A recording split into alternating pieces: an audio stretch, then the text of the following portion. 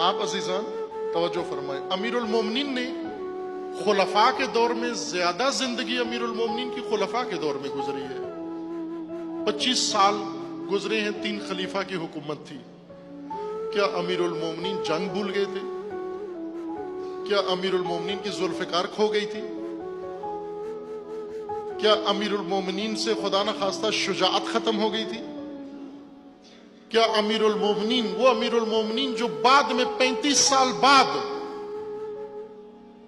جب جنگ لڑی صفین میں جا کر، تو لوگوں کو پھر ایک دفعہ خندق و احد و بدر کا میدان یاد آیا، جب علی بھرپور جوانی میں تھے، نوجوانی میں تھے، اس طرح سے جنگ لڑی۔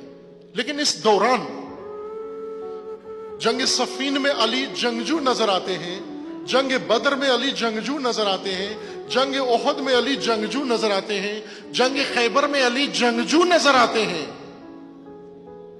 لیکن 25 سال خلفاء کے دور میں ایسے لگتا ہے کہ اس ہستی کو جنگ آتی ہی نہیں ہے، ایسے لگتا ہے کہ سیاست بھی نہیں آتی۔ کیوں عزیزان؟ یہ اس لیے نہیں تھا کہ علی جنگ نہیں جانتے تھے، یہ اس لیے نہیں تھا کہ علی اپنا حق نہیں سمجھتے تھے، علی اپنا حق بھی سمجھتے تھے، علی جنگ بھی جانتے تھے، لیکن علی کو معلوم تھا میری جنگ کا میدان یہ نہیں ہے۔ ان میں کوئی ٹکر کا نہیں تھا امیر المومنین کی ٹکر کا۔ اگر امیر المومنین تلوار اٹھا لیتے کوئی روک سکتا تھا، اور انہوں نے جنگ دیکھی ہوئی بھی تھی امیر المومنین کی۔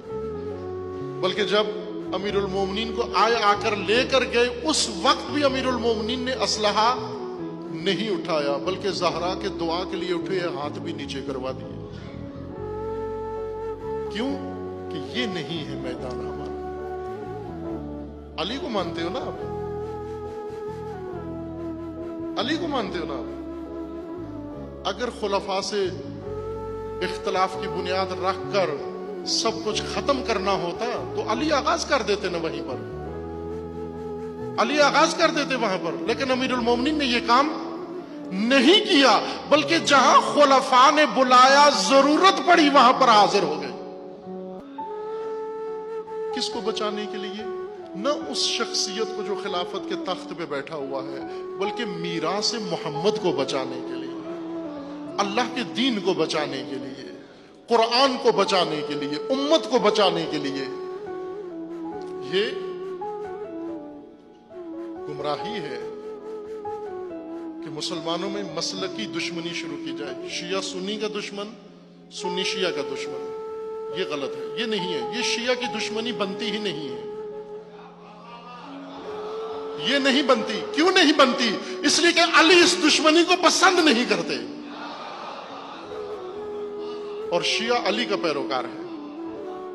عزیزان، اگر خلفاء سے الجھنا ہوتا تو علی خود موجود تھے نا تینوں خلیفوں کے ساتھ، بلکہ تیسرے خلیفہ کے زیادہ علی علیہ السلام اور خلفاء میں مختلف قسم کا ماحول رہا ہے۔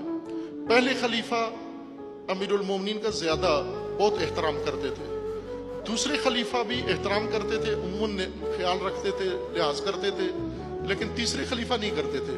وہ احتیاط جو دوسرے پہلے 2 خلیفہ کرتے تھے، تیسرے خلیفہ نہیں کرتے تھے۔ اس کے باوجود جب تیسرے خلیفہ کا محاصرہ ہوا، بچانے کے لیے کون آیا؟ بنو امیہ میں سے ایک بھی نہیں آیا، وہ بنو امیہ میں سے تھے، ان کے گرد بنو امیہ اکٹھے تھے، ان کے لیے وہ سارا جال بنو امیہ نے بچھایا تھا۔ لیکن جب سارا کچھ ہو گیا تو خلیفہ کو بچانے کے لیے علی اور علی کے بیٹے آئے۔ یہ تو موقع تھا بہترین رقیب کو میدان سے ہٹانے کا، لیکن علی جانتے تھے یہ میری ٹکر کی دشمنی نہیں ہے، یہ میری ٹکر کی دشمنی نہیں۔ 3 جنگیں علی علیہ السلام کے دور میں ہوئی، تینوں پر ناخوش تھے امیر المومنین۔ جنگ جمل میں امیر المومنین نے فتح پائی، مکمل فتح پائی۔ جنگ نہروان میں مکمل فتح پائی، لیکن فتح کا جشن نہیں منایا۔ فتح پائی لیکن جشن کیوں نہیں منایا؟ بلکہ افسوس کیا، ان کی لاشوں پر کھڑے ہو کر افسوس کیا کہ اے کاش تم نہ آتے میرے مقابلے میں، اے کاش مجھے مجبور نہ کرتے، اے کاش تم میں عقل آ جاتی۔ خوش نہیں تھے امیر المومنین، وہ جنگیں ٹھوسی گئی تھی امیر المومنین پر، لیکن جب بدر میں علی لڑے، جنگ خندق میں، پھر جنگ خندق میں آ جاؤں گا، آپ نے کنٹرول کرنا ہے اپنے اوپر۔ جنگ خندق میں جب امیر المومنین گئے، ایک نرالی شان سے گئے، رسول اللہ نے خود تیار کیا۔ امیر المومنین کو پہلے اپنی پگ پہنائی، اس کے اوپر خود پہنایا، پھر اپنی تلوار دی، اور پھر امیر المومنین کو خود رسول اللہ نے اٹھ کے آگے چند قدم روانہ کیا۔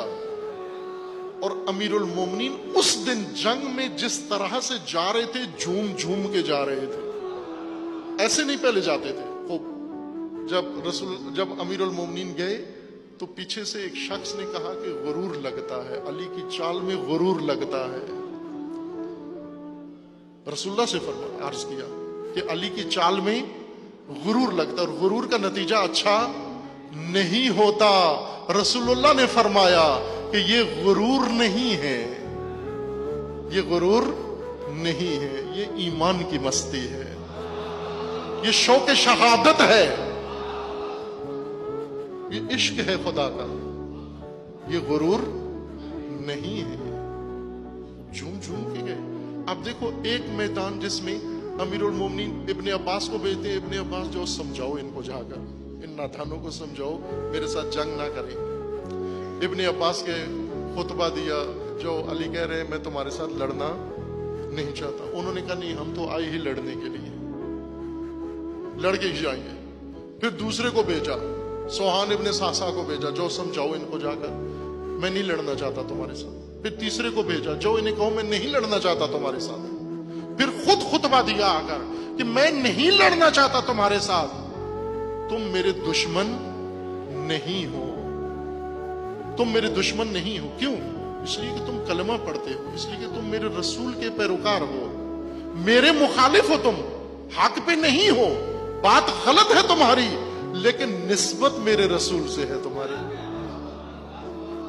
چونکہ نسبت میرے رسول سے ہے، اس لیے میں تم پہ ہاتھ اٹھانا۔ کبھی دیکھا ہے نا آپ نے، بڑا بھائی چھوٹا بھائی جب گستاخ ہو جاتا ہے، وہ کہتا ہے میرا دل تو کرتا ہے کہ تجھے ایک لگا دوں، لیکن تو ہے میرے باپ کا بیٹا، تو یادگار اس بوڑھے کی ہے، اگر اس سے منسوب نہ ہوتا میں تجھے مزہ چکھا دیتا۔ علی علیہ السلام یہی کہتے تھے انہیں، تم ہو بڑے گستاخ، تمیز ادب نہیں ہے تمہارے اندر، لیکن میں کچھ کر نہیں سکتا تمہارا۔ کیوں؟ کہ تم میرے رسول سے منسوب ہو، تم اس ہستی سے منسوب ہو۔ عزیزان، دشمنی اگر علی کے پیروکار ہو تو علی سے سیکھو دشمنی۔ اس تھیلی سے باہر آ جاؤ، فرقہ واریت کی تھیلی سے باہر آ جاؤ۔ کوئی مسلک اسلامی مسلمان تشیع کی دشمنی کے لیے موضوع نہیں، نہ کرو دشمنی۔ اگر دشمن چننا ہے تو علی سے پوچھ لو نا پہلے کہ مولا علی آپ بتائیے، ہم آپ کے شیعہ ہیں، ہم آپ کے پیروکار ہیں، یعنی فقط آپ کے پیروکار ہیں، آپ ہمارے مولا ہیں، آپ نے بتانا ہے دشمن کون ہے ہمارا۔